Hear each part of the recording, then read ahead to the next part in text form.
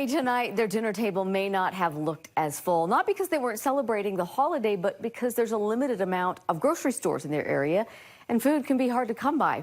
There's a collaboration with the Utah Food Bank to change this. And news specialist Aaron Cox traveled to the Navajo Nation to show you what they're building.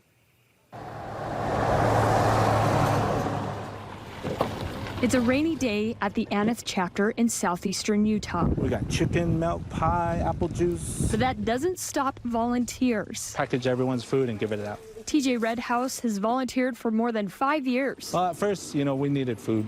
We were the ones in the cars. Now TJ helps distribute food to families from the Navajo Reservation. It's very beneficial because it helps those of us who can't really do a lot of traveling. Johnston Blackhorse waits in a line of cars. His mother is wheelchair bound and grocery stores are few and far between. Meat, somewhat very scarce. We do have some meat options at the gas station or the dollar store. There are only 13 grocery stores on the Navajo Reservation. So for Johnston and others, the food bank's drive is sometimes their only groceries for the month. Like limited options of canned foods they give us, or whether or not there'll be bread or milk.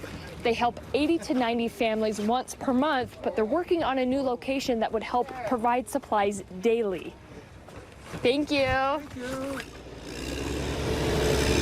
Here, workers build the Utah Food Bank's new warehouse in Blanding.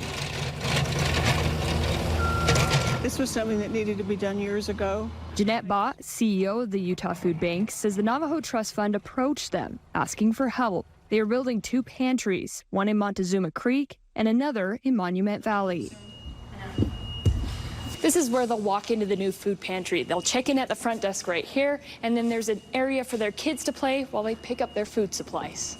So having the food there and having it there, Monday through Friday versus trying to just pick one day of the month when the truck will be there, it's going to be so much easier for families. The new locations provide daily supplies and different types of food.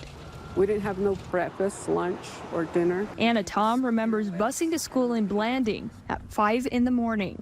Her parents didn't pack a lunch, and all they had at home was what she calls survival food. Mutton stew, fried bread, or dry bread, or tortillas.